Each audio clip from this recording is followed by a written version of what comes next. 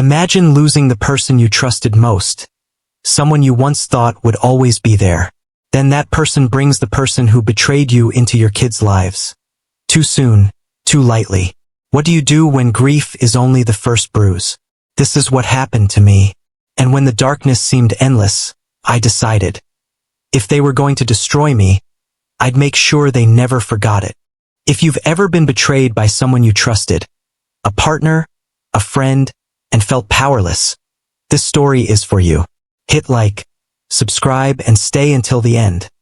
Because sometimes the best revenge isn't loud. Sometimes it's survival. And sometimes it's a new life. It started like so many heartbreak stories. We were together, we had kids, we had dreams. Then came the betrayal so sharp it changed the course of everything. My ex cheated on me. Not with a stranger, but with my best friend. Shocking, right? Fucking cruel. And it wasn't some secret affair for years. It was sudden, messy, disrespectful. But that was just the beginning of the pain. After she moved out, ex casually started bringing shithead, yes, that's how I always referred to him, around our kids just a few months later. That decision felt like salt in a wound. Each time he showed up, I felt something inside me shrink. Because boundaries weren't respected. My children's emotional space wasn't respected. Sensory detail. The quiet in the house when they left. The children's voices hushed. The way the walls seemed to echo. Grief isn't neat. It doesn't wait until the tears dry. For me, those months after were dark. Really dark. I remember lying awake at night, thinking about what life would be like if I didn't wake up. I'd never admitted that before, but I did. I was forced by my doctor to start antidepressants because there was no denying it. I was seeing a path forward in only one direction at times. Every instinct leaned toward ending it all to stop feeling this betrayal, this emptiness. Pause. But giving in wasn't in my nature. And the love for my kids, the responsibility, the desire to see daylight again, that saved me. I dragged myself up, piece by piece, because I had to. My children, my duties, my own self-worth demanded it.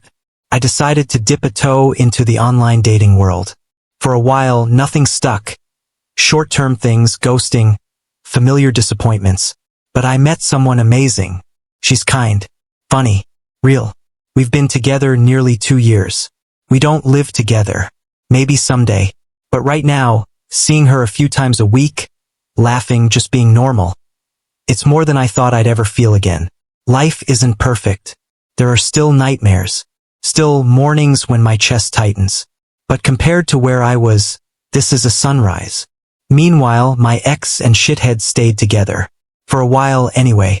They did things that felt performative. They bought a boat. They talked of living together. That entire narrative of fairy tale. New chapter.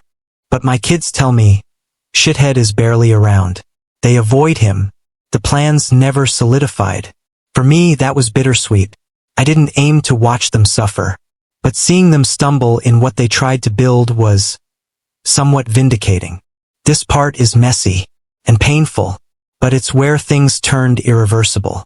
After my ex left her job in our school district, she got a job in another district. There was no telling what shithead did, and frankly, I stopped caring. It was in the small things. Getting the school's event schedule, seeing shithead show up at school-managed events with my children, seeing the ripple effect of that betrayal on their routines, their security. But what I realized, what I needed wasn't just to survive. I needed to be seen, not as the broken ex, not as the hurt parent, but as someone who stood up. I didn't go after legal suits, at least not in this version. My revenge was quieter. Public humiliation wasn't about shaming others for fun. It was about transparency, dignity restored. I told people what I needed them to know when I needed them to see, and I built a life that shithead couldn't leech off. My ex's new job? Gone. Her standing in the community? Altered. Shithead? Rarely seen. Children avoiding him. Plans evaporated. The boat bought under illusions sits unused. And me? I have my peace, my love, my kids. I didn't win by destroying someone else. I won by refusing to be broken. Here's what I hope you take from this. Betrayal cuts deep, but it doesn't have to define you. You can rebuild. You can find love again. You can turn your pain into strength. Revenge doesn't always look like retaliation. Sometimes it looks like rising. So tell me, have you ever been betrayed by someone you trusted, only to come back stronger? How did you cope? Share your story below. If the story gave you hope, hit like. If you believe in moving forward with dignity, subscribe. We've got more real-life stories that show sometimes the strongest thing is showing up for yourself. Extras. What makes it hit hard? Relatable emotions. Betrayal, depression, powerlessness. Everyone who's been hurt will feel the echo. Show, don't tell. Small details. Kids' reactions, the boat, the supportive girlfriend, the nights awake. These make the pain vivid. Antagonist development. Not just bad person, but someone whose betrayal cuts in many directions. Personal, parental, emotional. Moral framing. This revenge isn't about cruelty. It's about healing, about drawing boundaries, about refusing to be a victim forever.